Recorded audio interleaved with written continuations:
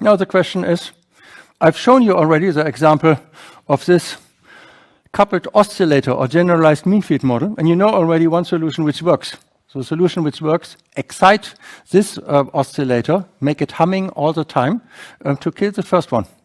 Now we apply it with, I think, 100 individuals and 50 generations, and machine learning control has found a non-trivial solution. So the non-trivial solution is the following. What MLC said, do the following. When you are, so this is the first fluctuation amplitude. This is from the stable oscillator. This is your growth rate, and this is your actuation. So what machine learning does, actuate very hard initially. So make sure that fluctuation energy in the first oscillator is really high. And so this way the oscillator decays very quickly here. And then when essentially your opponent is dead, don't do anything. So then you can retire for a moment. And then now you have the natural growth, just growth, until you have something like a level 10 to the minus 5, which is practically 0. But at this time, the control sets in, and it starts to be active again, knockout, hard forcing, and then it does not do anything, and so on. If I now would ask you to write down analytically, probably none of you would have guessed this control solution, including me, at the beginning, number one. And if I would now ask you to write analytically the control law, which does this relay optimization. So you actuate until you are below a minimum level, and you stop your actuation when it's reached, and then you start again when a higher level has been reached. So probably most of you will have difficulties determining these type of controllers, but this tells you something about the complexity of the controllers, which you can find with such a simple algorithm. And it turns out it has surprised us many times in many dynamical systems, including fluid dynamical systems. So this is assuming this apparently stupid algorithm is much smarter than, for instance, me with 30 years of hard-earned experience. So, well, this one was kept, and essentially what you are doing, this was not bang bang, but it was essentially a plus minus control. Yes. But bang bang. I mean, yes, but for a short period of time. That's something that you get from variation analysis. That's something of course, you can do this. Student, yes. But if I ask you now, would you have guessed that it is more economically to essentially bang hard and then stop and start again, and you build your controller B as a function of A? I think you would not have guessed the mechanism. And if I would now put you on the spot, so at the end of the lecture, you have to tell me the controller, not using any laptop and so on. You would not be able to give it to me. That's something I had as a student. When so you work like me, yes. I remember that as a student. I mean, there are many cases in which the optimum variational solution is bang bang. You go to the boundary, start, and then bang again. My suggestion is you wait a bit, and I can give you many examples. First of all, this is not bang bang. This is just actuation on-off, and where the on-off is determined in a smart way. And if you wait, say something like 5 or 10 minutes, you will see completely different solutions, much more complex solutions. Good. So, who of you has seen already the fluidic pinball? Okay, 3. Means the rest has been asleep. No, I'm kidding. The fluidic pinball, essentially you actuate, here you can actuate the front cylinder, this cylinder, you can rotate them. We call it a pinball because essentially now you can determine the fluid particle comes here. You can rotate this cylinder and make it go here or make it go here. So you can essentially design the fluid particle path if you choose the three rotations. And this is just to give it a catchy name. You can also describe it as a cluster of rotating cylinders, but fluidic pinball is more fun. Now, what can you possibly do with these actuations to stabilize the flow? Any suggestions? So you have some vortex shedding behind, which you see here. So what can you do to stabilize? Yeah. Fast oscillation, good. The next is low oscillation, also good. High frequency oscillation, anything else? Well, you have learned phasor control, so phasor control should be on the list. What you probably are not thinking about at the moment, you can do a base bleeding, so by rotating them, you can create a jet here. You can also do core underforcing by rotating them in the other sense. You can redirect the flow. So there are a lot of possible. Most of the common drag reduction mechanisms or stabilizing mechanisms are here in this fluidic pinball. That's why we have chosen it. Mildly more interesting than a single cylinder. And the control problem is now the following. We measure, say, the V component here at this point, and we measure the U components here, and we would like to drive the cylinder rotations in such a way that we have an effective reduction of the drag.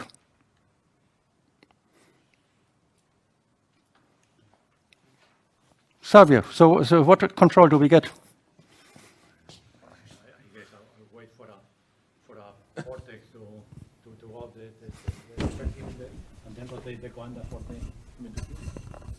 So you would do core underforcing? Well, I'll rotate one of the cylinders to keep that vortex and then. So you would do phasor control? Probably. Okay, good. So it's one part of the solution. So we are testing human intelligence now. So what we are doing in the control law now, we want to minimize the effective drag power. That means we also take into account the energy which we need for the actuation. And we have now a general control law which includes, for instance, constant forcing, which includes direct sensor feedback. So we have 15 sensors to our disposal.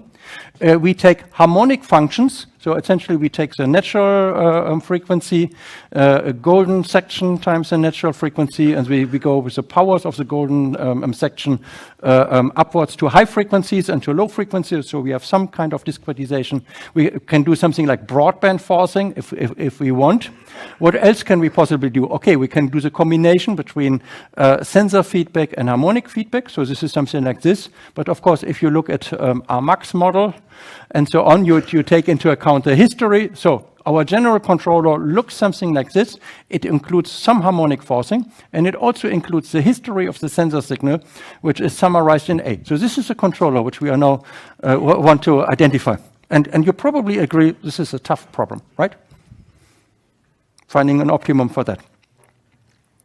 So we do it 10 generations, 100 individuals later, we get something like 46% reduction of the effective drag power with a combination of, you mentioned it, one combination was phasor control, the other one is open loop forcing.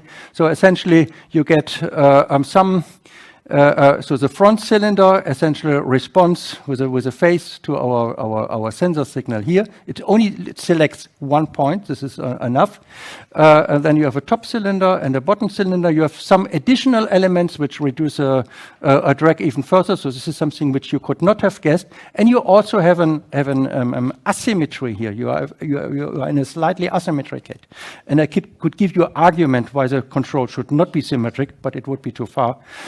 It can be explained with Nang Deng's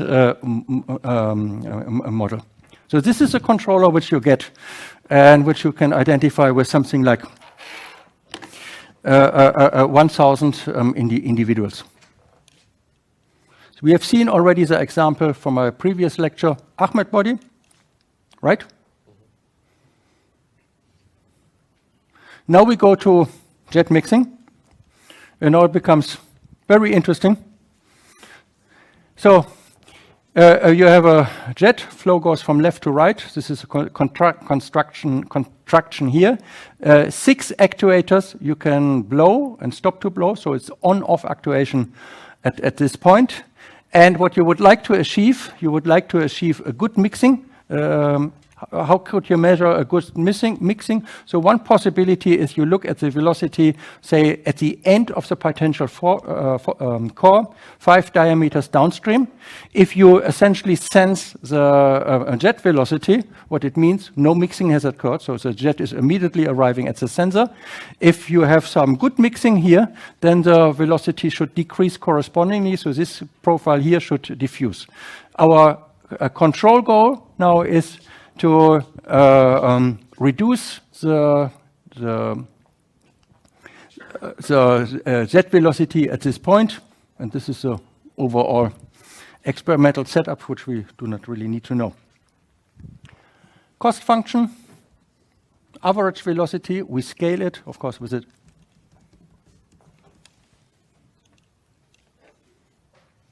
We had this scenario already, right? When? Today? No, yesterday. So it will reboot automatically.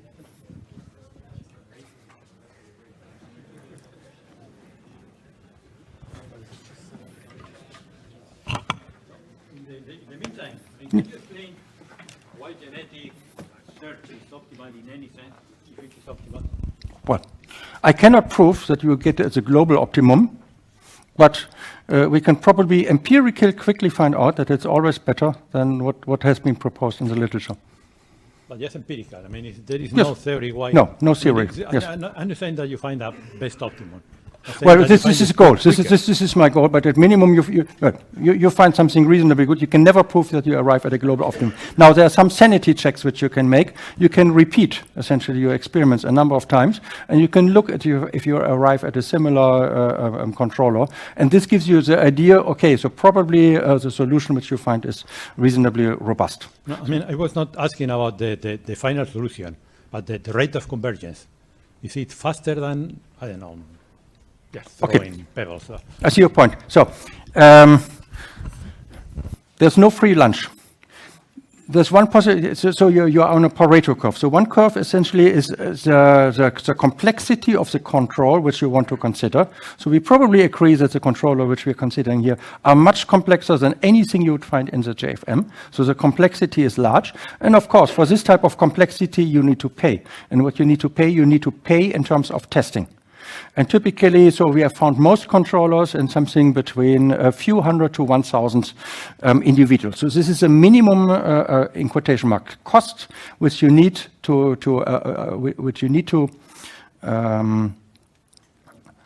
invest in order to get reasonably complex controllers.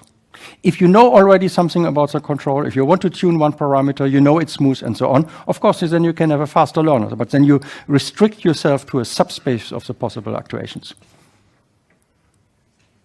Empirical, everything empirical. There's no theory about anything in nonlinear dynamics, and particularly nonlinear control.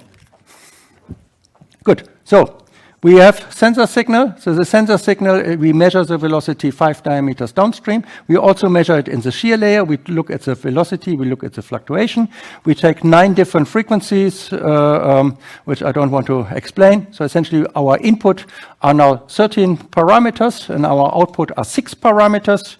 The control output. So it's a reasonably complex law. If you just want to have a linear controller, you need 6 times 13 parameters already, and too much even for a simplex algorithm. So, surprise, surprise, we do machine learning control.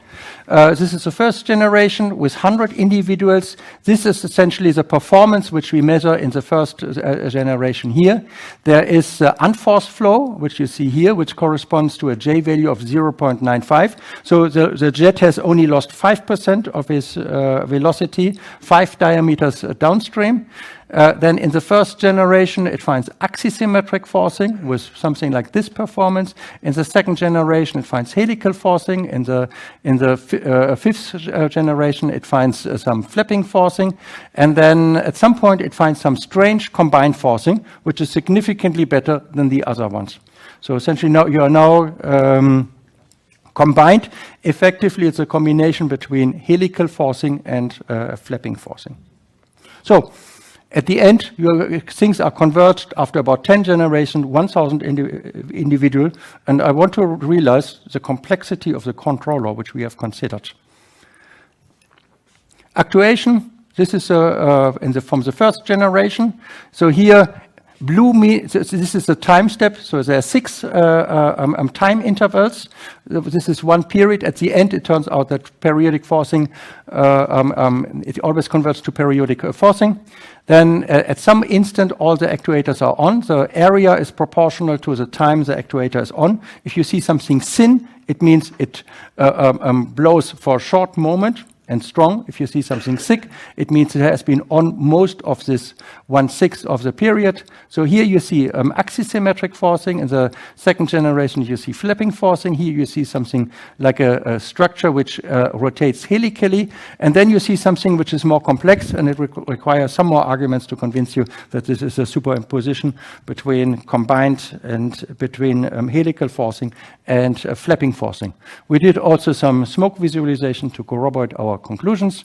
I will not go in. I just want to make show you this is essentially the quick learning curve which we have. And now the question is, what area of the control landscape do we populate? So this is a proximity map. Again, if two controllers are close, so each point is a controller, that means they are very similar. If they are different, if they're far away, they are different. So here, essentially, you see the proximity map for the first generation. This means if you go to the right, this is good. If you blue here, this is bad. And first generation finds axisymmetric forcing, then it finds helical forcing, then it finds flapping forcing, and then it finds combined forcing. So looking at the proximity map gives you already an idea of your complexity of your state space. And there are techniques essentially to distill the topological features of this. Maybe at some point also interesting for you. So this is what we get at the end. And I can give you many more experiments. We have performed something like 24 experiments and 12 simulations and many dynamical systems and so on. We have always found controllers which has outperformed existing optimized control. It selects the sensors, it selects the actuators. There's small chances for model-based control.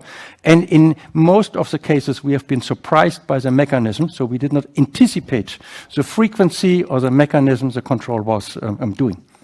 So this is a big case for machine learning control. And I will give you a brief idea about cluster-based control. The question which you can ask now, okay, this is wonderful. You can do 1,000 simulation or 1,000 tests. What do you do in simulations? And this answers your questions. Suppose you will, have only your budget for 50 simulations. What should you do? Of course, you would not use this approach, but you can do something else. For instance, you can take your original database and you can take the natural flow and maybe some forced flow. The next thing what you are doing, you cluster your database. So at the end, you may arrive at something like 10 different centroids. Then you say for each of the centroids, I assume a certain actuation. So if you can blow a suck, then this is a single parameter that now your mapping from your flow to the actuation is characterized by 10 values, mainly the actuations at these 10 different centroids.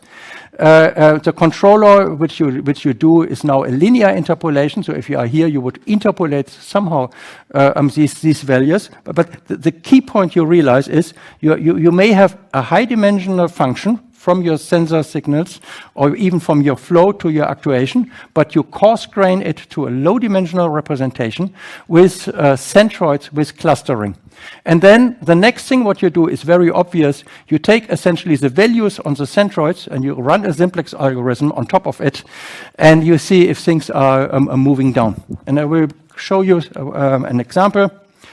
So here you have the wake behind the wing at a high angle of attack. There's some blowing which you can do at the front. The clustering gives rise to something like 10 clusters. These arrows indicate the transitions between this. I could explain these different flow features. I don't want to do it. I just want to say here, this is here low drag, this is high drag, and the lift is approximately constant. So we would like to shift things away from here to this one, and we do the cluster-based control with a simple simplex algorithm.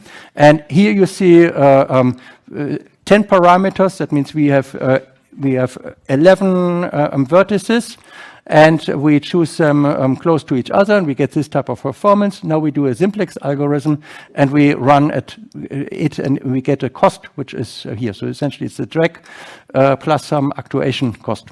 I will not go to the detail. I will just say the drag has been reduced by 41%, and the lift has remained constant. So what we are essentially doing here in some of the clusters, so in the low drag clusters, we suck. In the high drag clusters, we blow. This is a solution of cluster-based control. Now, these bad clusters are not populated anymore, and we have achieved what we want to achieve. We have shifted the population from bad states to good states with a very simple control.